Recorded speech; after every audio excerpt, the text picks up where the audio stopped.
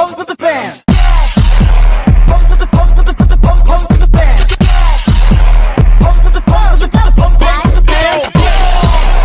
Bands. With the pose with the pose with the bands. 4 Januari 2022, PT Indosat Ooredoo Tbk telah resmi merger dengan PT Hutchison Tri Indonesia atau Tri Indonesia.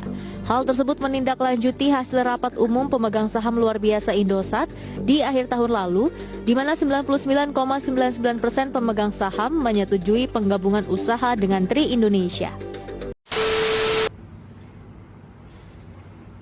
Hari ini kita akan membahas topik yang sudah tidak asing lagi bagi seorang mahasiswa manajemen, yaitu merger. Kalian tahu nggak sih apa itu merger? Merger adalah penggabungan dua buah perusahaan atau lebih menjadi suatu entitas baru. Tujuan dari merger sendiri yaitu untuk mengoptimalkan sumber daya, meningkatkan jangkauan pasar, dan membuka peluang inovasi baru. Nah, oke teman-teman, merger sudah menjadi langkah strategis yang diambil oleh banyak perusahaan di Indonesia. Dalam tugas ekonomi manajerial kali ini, kita akan membahas mengenai merger antara dua perusahaan telekomunikasi besar. Nah, perusahaan yang akan kita bahas kali ini tentu bukan perusahaan yang kecil dan ya teman-teman, dan mungkin kalian juga tahu mengenai merger perusahaan ini, yaitu merger antara PT Indosat dan PT Hutchison Tri Indonesia. Nah, sebelum membahas tentang merger ini, kita akan membahas tentang latar belakang dua perusahaan yang akan kita bahas. Yang pertama, ada PT Indosat, di mana PT Indosat sendiri didirikan pada tahun 1967. PT Indosat sendiri merupakan salah satu operator telekomunikasi terkemuka di Indonesia. Dengan inovasi lain seperti 4G dan 5G, PT Indosat memiliki basis pelanggan yang besar dan jaringan luas, mendukung transformasi digital di seluruh negeri.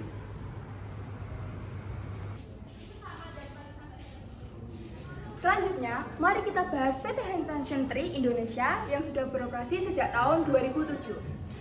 Di mana PT Hutchison Tri dikenal dengan merek Tri dan dikenal karena pendekatan inovatifnya dalam menyediakan layanan digital, terutama bagi segmen pasar muda.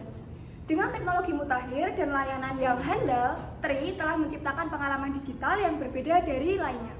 Itu dia penjelasan singkat dari kedua perusahaan yang akan kita bahas nantinya. Merger yang dilakukan oleh kedua perusahaan ini tentunya didasari oleh faktor-faktor strategis lainnya dan menjalani proses yang tidak sederhana.